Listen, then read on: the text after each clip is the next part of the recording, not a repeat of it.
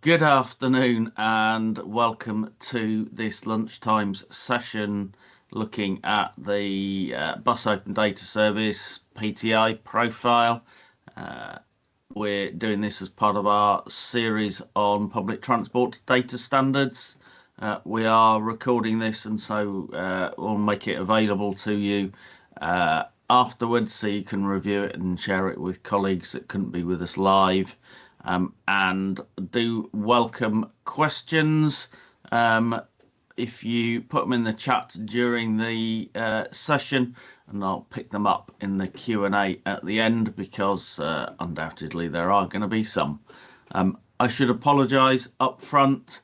My voice is not quite what it normally is, and apologies if it comes and goes a bit during this session.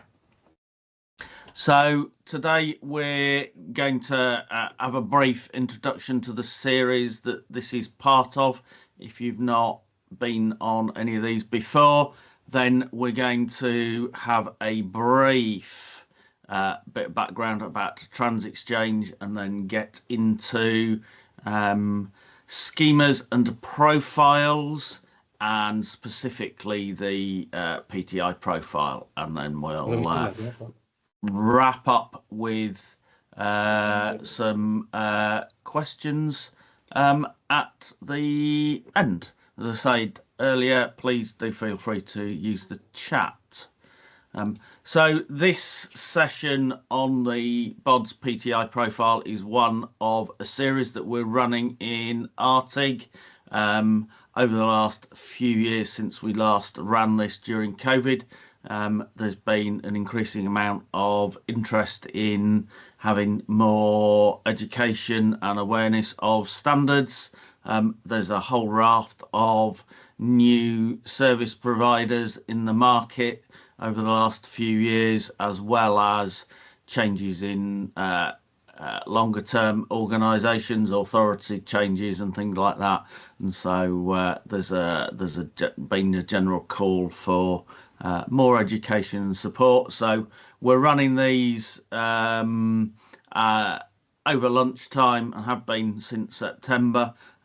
Individual standards, just in a digestible and easy to consumed way while you have your lunch, and it's leaving us with a up-to-date good set of reference material and training for you to use internally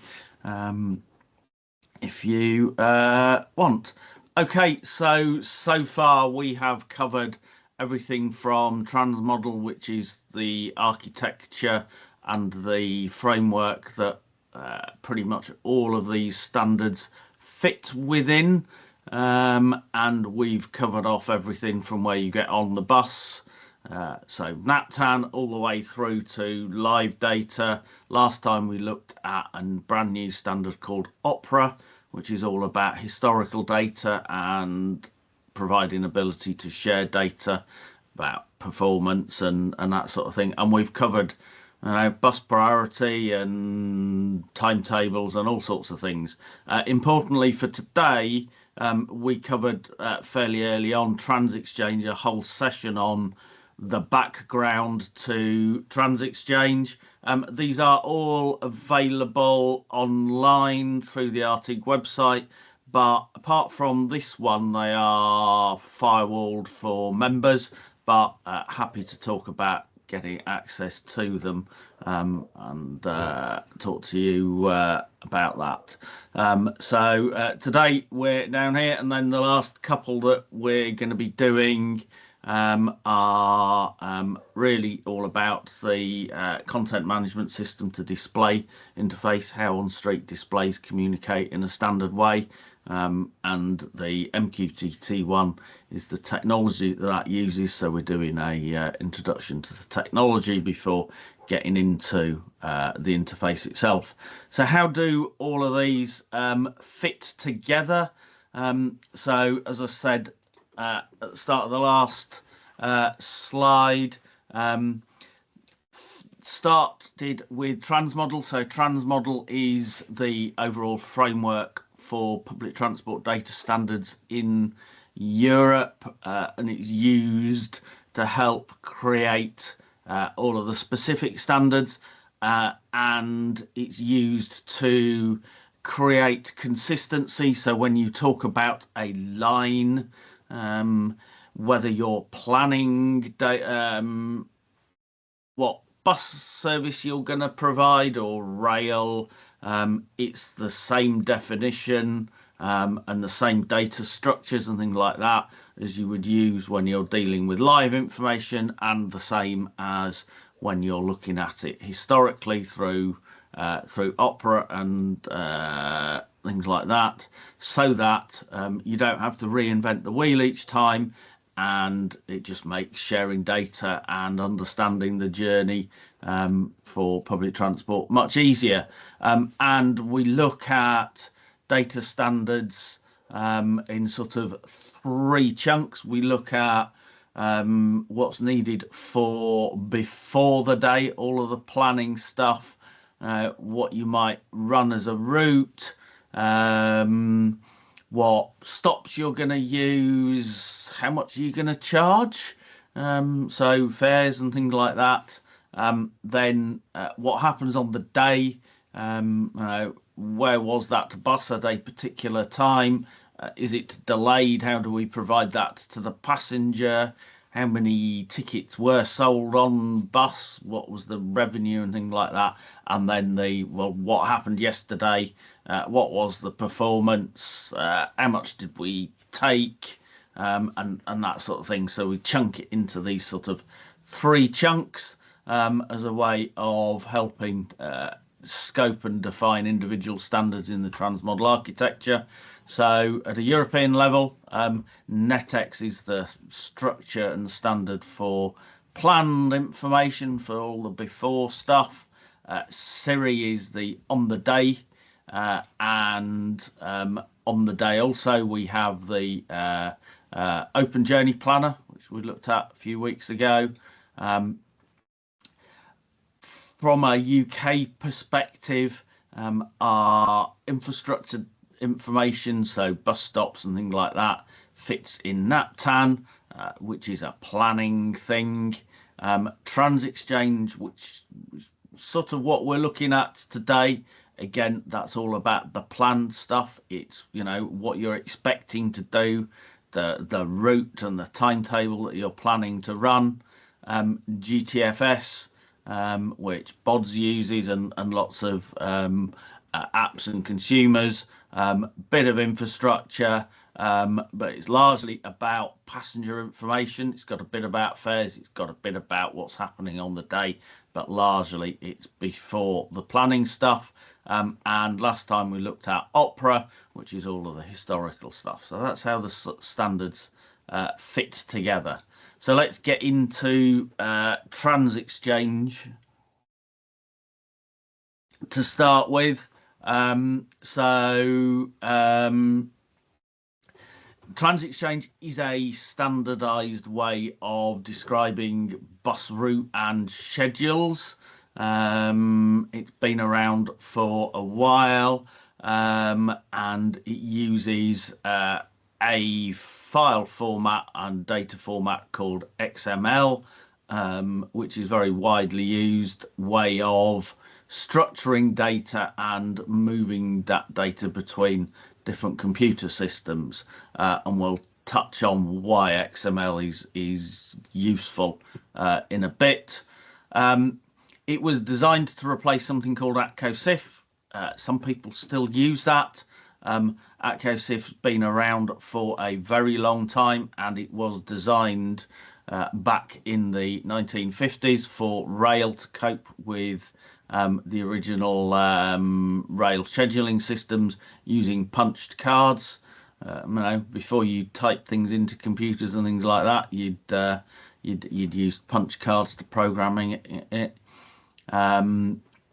TransXChange itself was introduced in 2001, so it's 25 years old.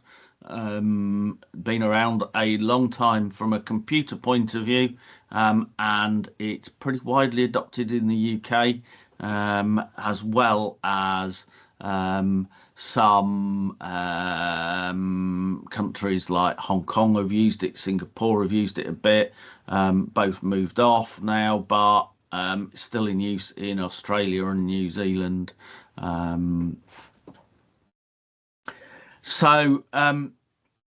Why are we talking about TransXChange? Well, the bus open data service uses TransXChange to move routes and timetable data around. The Bus Service Act 2017 introduced bus open data service and the open data requirements for bus operators and authorities when they're the franchising power to publish information on bus routes and timetables. So that's what we're looking at today. Stopping places, instrumental to routes and timetables. You can't create a bus route unless you know where you can get on and off. So very dependent on stopping places, and authorities were required under the 2017 Act to maintain the national database of stopping places, normally called NAPTAN.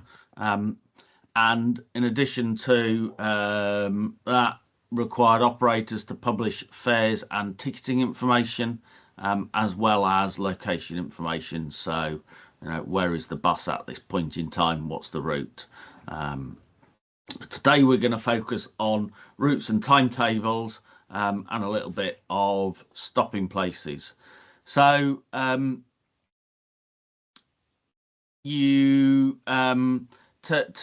be able to publish routes and timetables, you need to have a structure for the information that you need to build up the route and the timetable.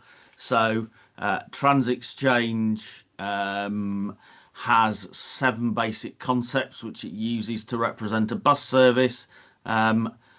We spend a whole session on looking at each of these in a lot more detail on the TransXChange lunchtime session that we did back in the autumn.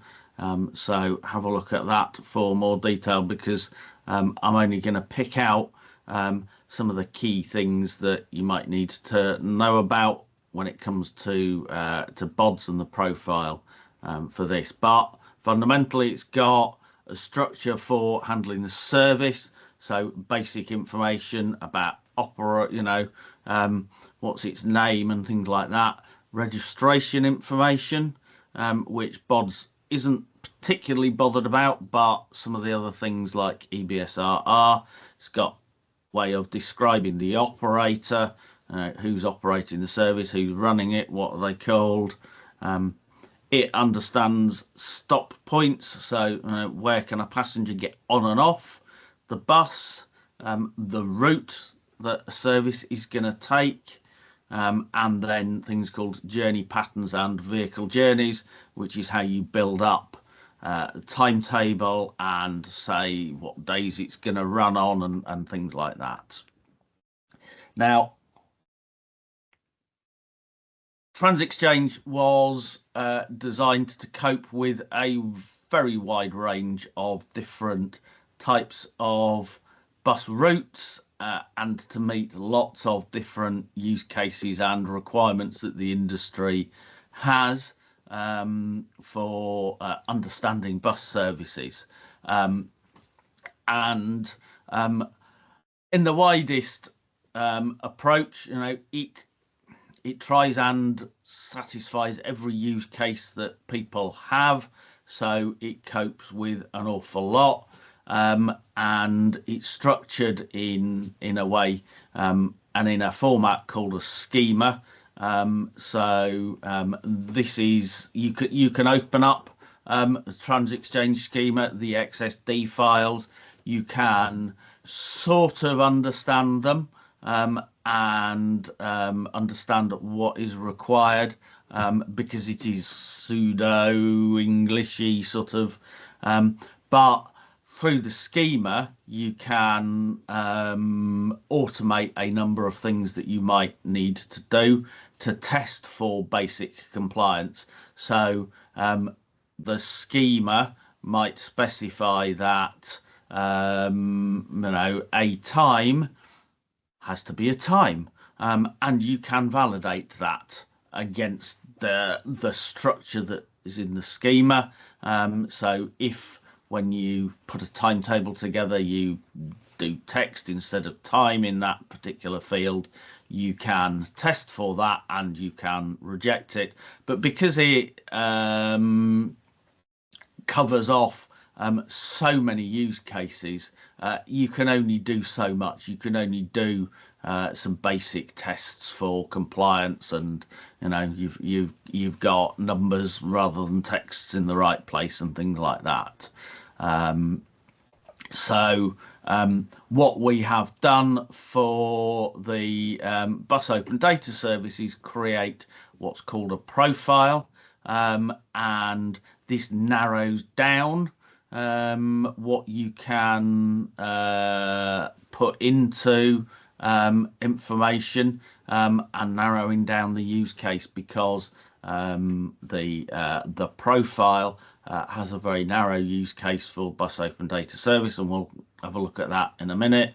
But what you do with a profile is set in more detailed individual constraints that you couldn't necessarily do in a schema where you're trying to cope with all of the different possible uses that you might have for TransXChange. So for example, you can specify that, hey, if you're gonna include information about where it's going to stop, you've got to use a bus stop that is NAPTAN reference. When you talk about an operator, you've got to use the national operator code. You can't specify that in the schema because, hey, if you were using that in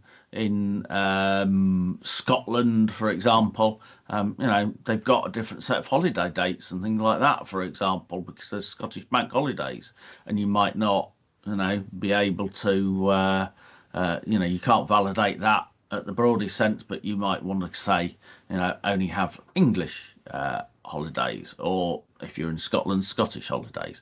So you can do a lot more with the profile in terms of enforcing bits of data. And this is, digging into technical stuff. There are two profiles widely used in the UK and published. First one is electronic bus service registrations. So you can register a bus service with the OTC using TransXChange. You have to use the bus service registration profile for that. And the other one is the BODS TransXChange-PTI profile, which we're talking about today. So what does the profile aim to do? So because TransXChange, as I've said, was designed to cope with many different use cases, there was quite a big perception that it was too complicated. It allows you to do things in a few different ways sometimes, which means that you need to understand a bit about who's supplying the data, as to understand how they've structured bits of data and ways of working and things like that. So that's something that we needed to overcome, as well as tightening up on some of the common errors and interpretations that were around. So the profile sets out to ensure that TransXChange data and timetables are supplied in a consistent way. It doesn't matter which operator it's from, which software supplier they use. There's some consistency. If you're consuming TransXChange for use in a journey planner or an app, you don't have to go, we're getting this file from operator X, we need to do this to it. We're getting this file from operator Y, that means we need to do something different here. You can just consume it without having to worry about where it's coming from. and it enables us to produce some simpler guidance. So the profile documentation is not as meaty as the schema guide that covers off all of the different use cases and things like that. And by simplifying it, the objective really is to help people use it, make more use of it, worry about building interesting applications and interfaces for users of public transport, so they know when the buses are going to run and things like that, without having to worry so much about, you know, all of the back end and things like that, and all of the nuances of different data structures and things like that. To, you know, enabling them to put the effort into, you know, where we really want to. How do we encourage more people to get onto the bus? So the PTI profile is a document. It's relatively meaty still, and it's got quite a lot of technical information in. It is designed in a way that hopefully a bus operator can read and understand quite a lot of it, but it is also designed for software developers, system suppliers, to understand exactly how they're expected to provide the data. And there are a number of things in it, and conventions used. If you're gonna have a read of it, there are some things that you have to do. So there are some key mandatory things that you have to do and provide, and sometimes there are some optional ones. You know, you could do this, and it will be nice if you did that, in that sort of way where you know, you might not be able to mandate something. And there are also specific bits of advice to do with the way that BODS runs validation against the data that an operator is going to supply, so that you've got some examples and you know, tests that you understand those tests, so you know, you can make sure that when you're supplying data, it's going to pass those tests. So because TransXChange covers off pretty much everything that you might need to do, the profile says where BODS is not interested in things. So yeah, and it's not used. BODS doesn't use it. If you were to supply that data in the TransXChange file, the validator isn't going to reject it, but nobody is going to expect that data at all, because it's not helpful to providing passenger information. You might want it for operational purposes behind the scenes and things like that, but it's not part of the BODS use case. There are other bits of data which are optional, which you might want to use and provide. So for example, an example of that would be who is financially supporting a service. You know, that's interesting, useful information, but you're not required to provide it. And if you're consuming TransXChange data from BODS, you know, you might find it there, but you shouldn't rely on it and have a process that requires it to be there for everything, because it's not always going to be there. So getting a bit more into the detail. So BODS is registration based service. The information that you provide as an operator to BODS is structured around your registrations. It's not structured around information to the passenger. So you know, if you have got a registration, and we'll come on to this no doubt in the questions, where you've got a split registration, where passengers can stay on, but it's registered with two registrations, you've got to split that data up. Does mean that there's a bit of piecing together from data consumers, to put it onto a website or an app or something like that. But it's registration based so that we can check and the DFT can check that an operator is supplying all of the data that they're supposed to supply.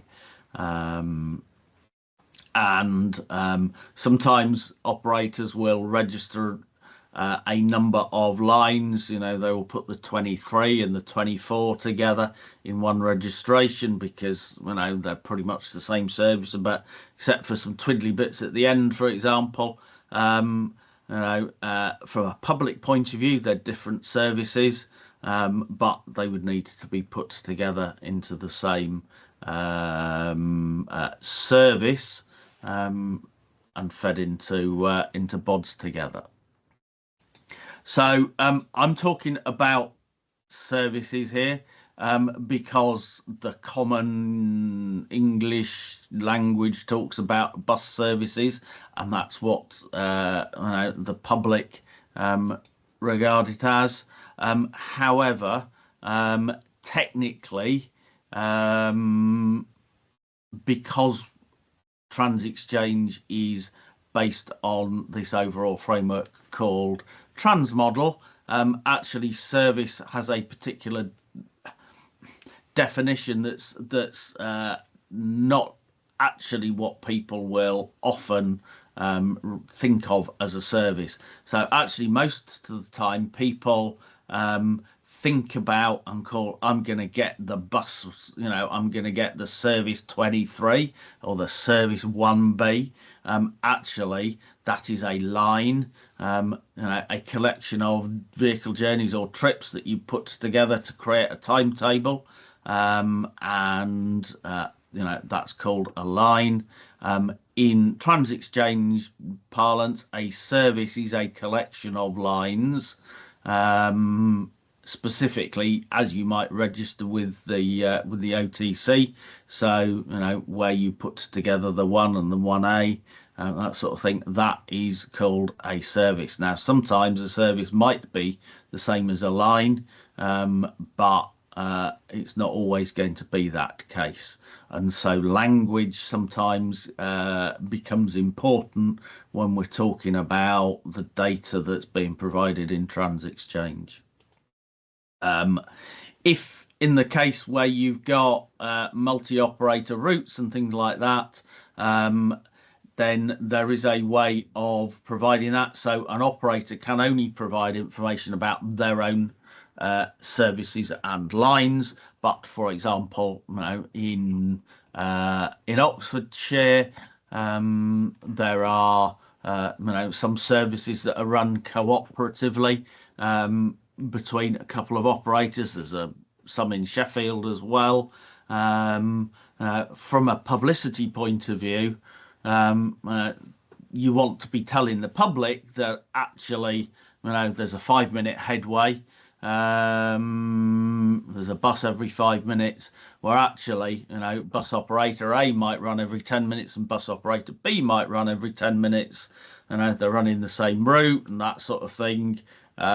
You can say actually these two operators' services should be pieced together when you're presenting it to the public. So there's a way of doing that through to be marketed with. So the need to have only one operator's data in a TransXChange file you can overcome with using to be marketed with. A big set of questions which, even though BODS has been around for a few years, still keeps cropping up is the concept of service code. So this is the information that uniquely identifies a service and ties the information that you're providing in TransXChange back to the registration. Now, normally the service code is directly linked to the registration reference, but you can supply data, and it's encouraged that isn't registered to BODS, because it's an important part of public transport network in an area, for example. So you might have a community transport organisation providing some routes. You might have unregistered services that you want to have in the public domain because it helps parents understand how kids can get to school and things like that. So there's a way of doing this for unregistered services as well, but most of the time it's going to be a registered service, so the data is structured around the registration reference. So we have an example here where you've got the same operator running two line 8s in different parts of their operation, as an example to help show this. So the first part of a registration reference, if you've ever looked at an OTC document, you've got the operator's O license, and then you've got the registration reference. So one of these line 8s is registration 41 for that license, and the other one is 75, and so you can that's how you provide service code uniqueness. And from a passenger point of view, what's on the front of the bus. It's service 8 because and you provide that in the line name. Operator data, you have to provide that using the national operator code, that system being run by Travelline. It's important, particularly for bigger operators, to make sure the same the right knock is used. So sometimes there are an operator will have one O license, but actually they will have different operating organisations and trading names being used there. So the knock is national operator code, is how the passenger understands what colour bus, or the name on the side of the bus is going to be. So just be careful where you've got multiple knocks as an operator, because you're operating different trading names and things like that. Said we'd touch on stop points. So the working assumption is that stops should be in NAPTAN. There are a few exceptions where they might not be, but where and how you can use those are quite limited. So by default, the validation checks that the stops that you say you're going to stop at are in NAPTAN. There is an allowance for the fact that you register a service that goes down a road where no bus has gone before. It takes a bit of time to get a stop in the ground and things like that. So you can provide information about where that stop is, and temporary number and name and things like that. You might have a festival where the bus stops in the middle of a field and it's only there for a weekend or something like that. You're never going to have a pole in the ground, and so you can provide that information, but as I say, for a limited period. And so there's some validation around if this service says it's going to stop at this temporary bus stop for more than a couple of months, then we're gonna warn you about that, because that should really be a proper bus stop in NAPTAN. You can say when the bus is going to be operating. It starts on the 8th of April and carries on until further notice, but you also need to say how it's going to operate on special days, bank holidays being a common issue.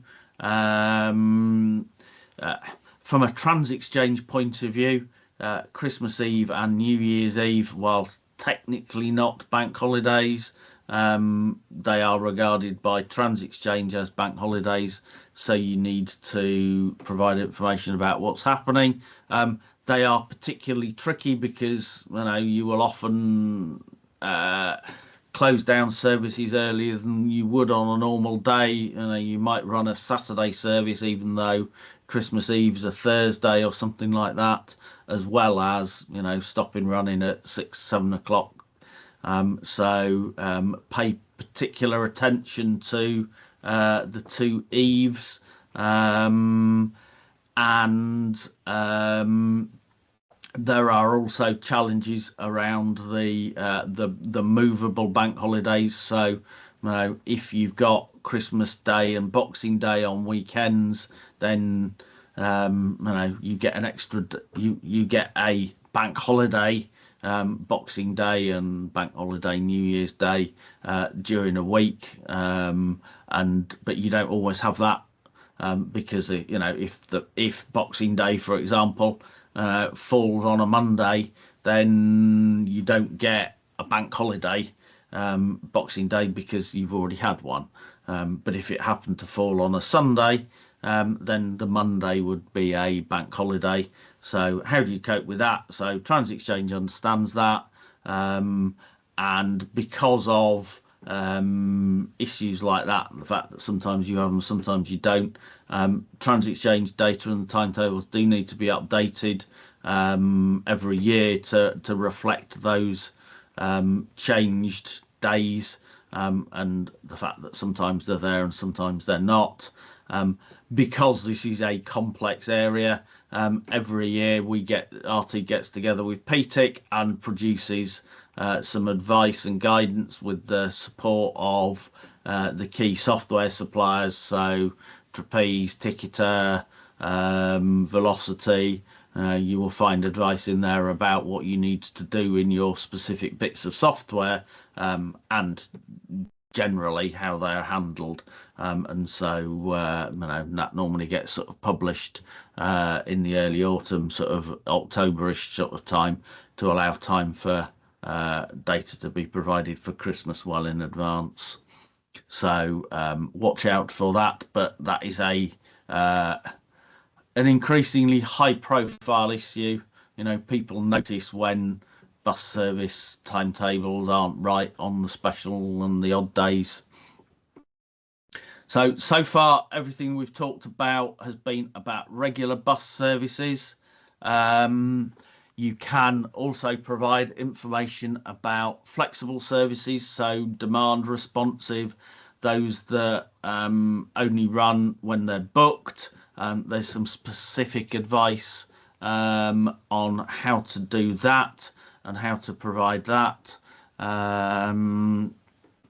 as a separate document, because the original profile document sort of said, yeah, you can do it, but we'll come back to that at a later date. So that has been was addressed a couple of years ago, and there's sort of a sort of in between type service between a regular fixed route, fixed timetable service, where sometimes a bus will go and visit a village if there is demand for it, but the rest of it is fixed route and fixed timetable. So to support that and to enable that to be more readily done, there was an update to TransXChange, so you could do it in an easier way rather than having to go the whole challenge of flexible service information for just a couple of stops. So there was an update to allow some additional activity enumerations. So you can say, you've always been able to say, this stop is set down only, this one is pick up only, common behaviours, but some additional activities were added. So for example, only calls that on request, or need to tell the driver to that you want that stop in particular, otherwise it's not going to call at it, to cope with these semi-flexible services. So as well as the full profile document, over the last few years, there's been a few application notes, sort of addendums published to cover off things where there are questions and issues. So how to handle dead runs, so those bits of a journey between a depot and the start of public route, for example, how to include those and code those up.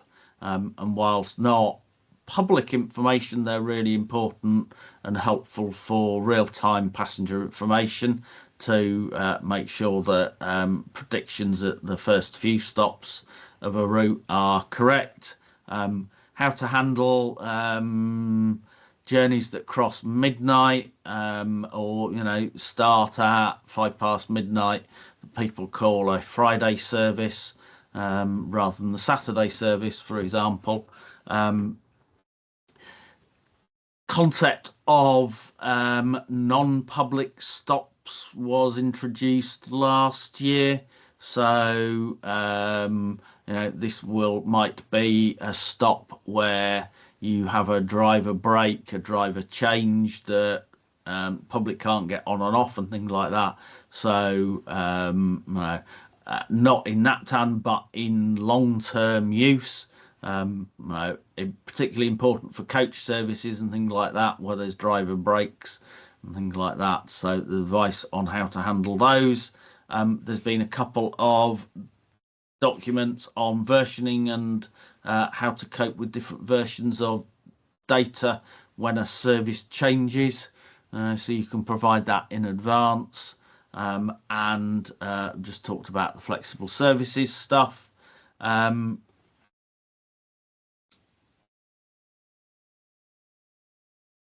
And an important part of bus open data service is the ability to match data between different data sets. So if we go back to the requirements under the 2017 Act, operators need to provide bus routes and timetables. That's what we've been talking about today. They also need to provide location information.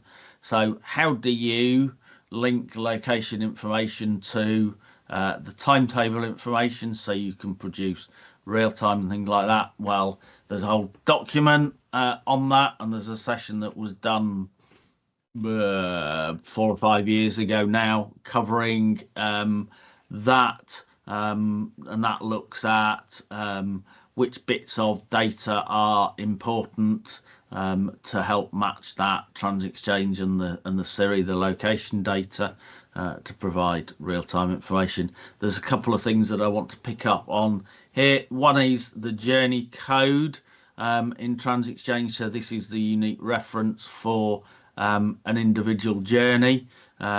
Typically what a driver will enter into the ticket machine, and that's the journey reference that you'll get in the location data.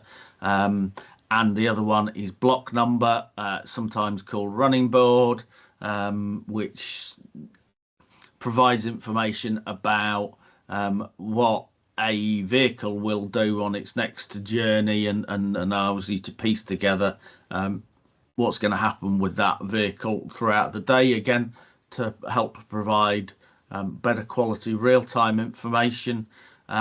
This isn't always available at time of registration, and so the 2017 Act guidance actually expects an operator to provide this information and to update their information on BODS once it is available. This is something that is going to be focused on over the next months and years to improve access to this information to help with producing real-time information.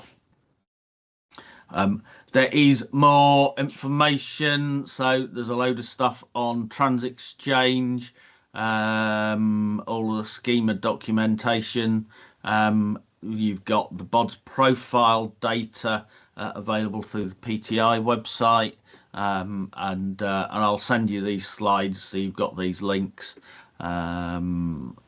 I'll send you the probably later today once the video's been processed.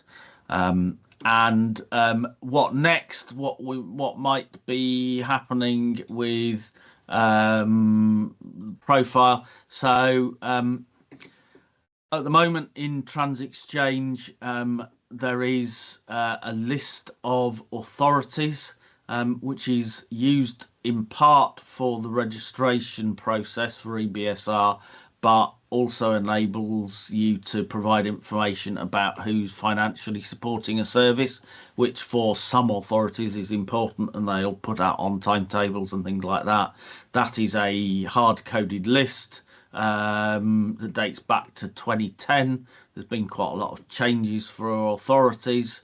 Northamptonshire split, Bournemouth, Poole and Christchurch was created since then, and there's a load of other changes happening as part of the English Devolution Bill Act now.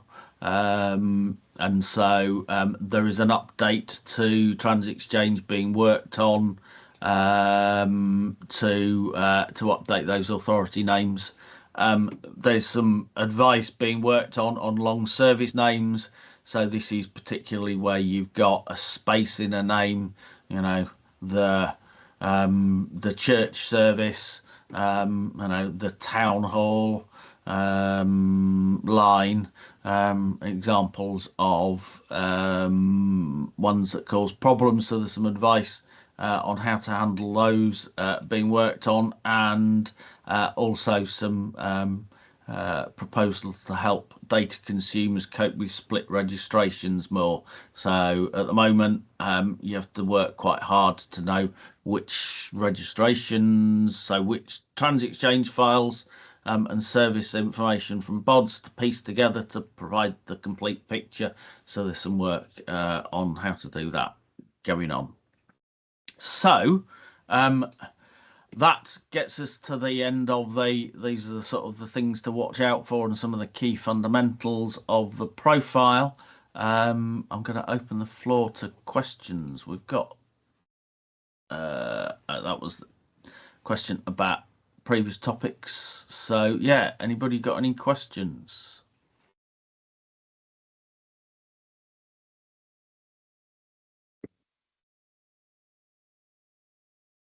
Richard. Hi Tim, it's been a while. It may not be for this subject, for this meeting, but I still struggle to work out how you match the trip number in Siri VM, the TransXChange data. So we've looked at it and it looks like it's got some kind of encryption on it. Is that a correct understanding, or am I just not knowing how to do it properly? So there's no encryption on the TransXChange or the Siri data for location. If you're looking at the GTFS data, which you can get, which is a converted format, the GTFS RT is a binary format. So yeah, you need to decode that. And there are plenty of code sets available and example bits of code available on the internet on how to do that. Perfect, thanks. But yeah, there is no encryption on any of the TransXChange and Siri. Yeah, it's the RT thing that I was thinking about. Yeah, okay, that's perfect. Thank you. Yeah, Peter. Hello, yeah, good talk. Thank you, Tim. I just wondered whether you might say a bit about how the profile, what elements of them are enforced and which elements are more aspirational. Particularly, you've issued some revisions that have sort of supported, tightened up on the requirements, but what timescales might they be working to actually bring that about, and what happens if people don't abide by the profile?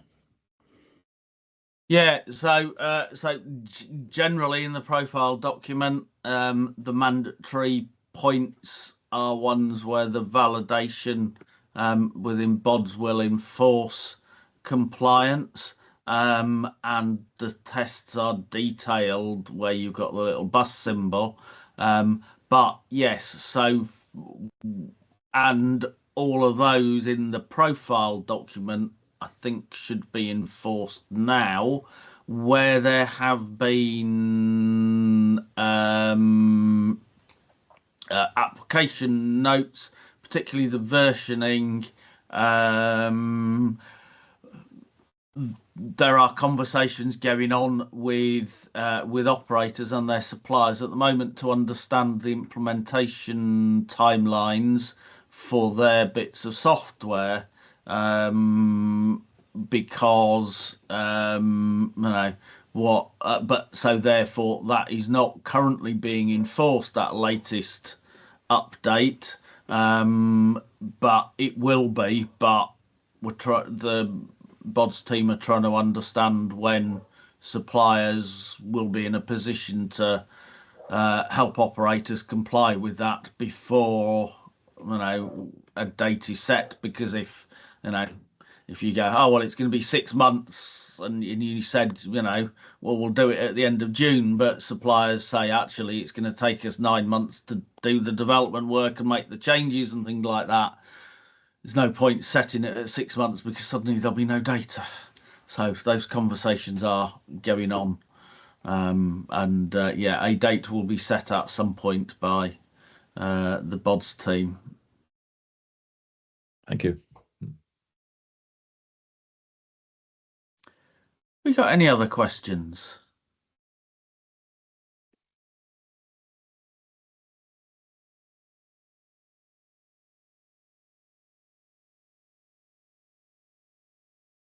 Okay, so a bit of an advert break then while you have a think. So next month, our next one is looking at MQTT, which is the technology behind the content management to display interface that an increasing number of on-street displays are using to standardize the way they talk to the content management system. And that would be the end of the series, but if people want us to look at any other standards, then please feel free to let us know, and we'll get somebody to talk about that standard. And the next Artig face-to-face event is 4 weeks' time, 24th of March in Manchester, and that's exploring managing disruptions for bus services. So mix of presentations and discussion about how they're handled in different places, and what advice and support might be needed to help improve that. And alongside that, for those of you that might be interested in how the TFGM control room works, there's an opportunity to visit that control room and have a tour of that afterwards. So if there are no other questions, oh yes, right, okay. Could we clarify perhaps in Series VM where I'd find the approximate demand occupancy level is represented? Okay, so there is, as you say, Jeff, the ability to do that in Series VM. It is not mandated and expected to be provided to BODS. But there are some operators that certainly were until fairly recently providing it, and I think they probably still are. So some of the go-ahead operators providing that, and we have there is a document on the ARTIG website about how to understand demand and occupancy in Siri VM, because there was a significant change in the last version of Siri. So there is a document. I'm just trying to find it at the moment. I'll put a link to it in the chat, Jeff.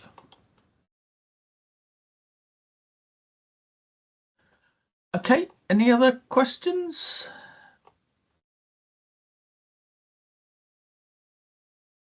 Is the NOC defined within the schema?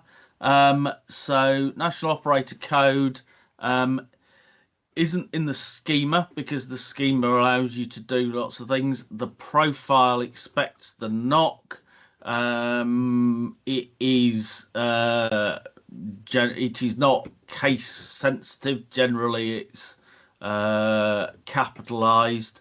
But if you want to find out a NOC for a particular operator, the Travelline data website has the database on. You can search it, or you can download all the NOCs there.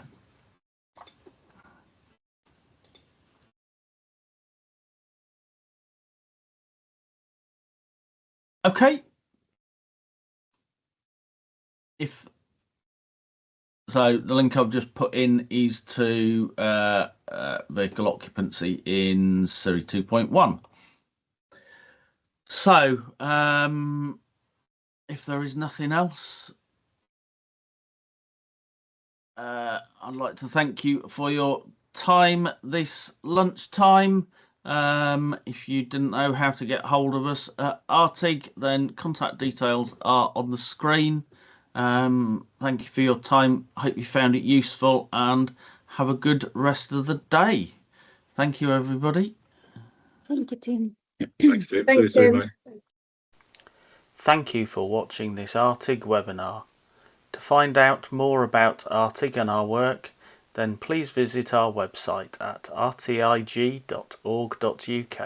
Thank you.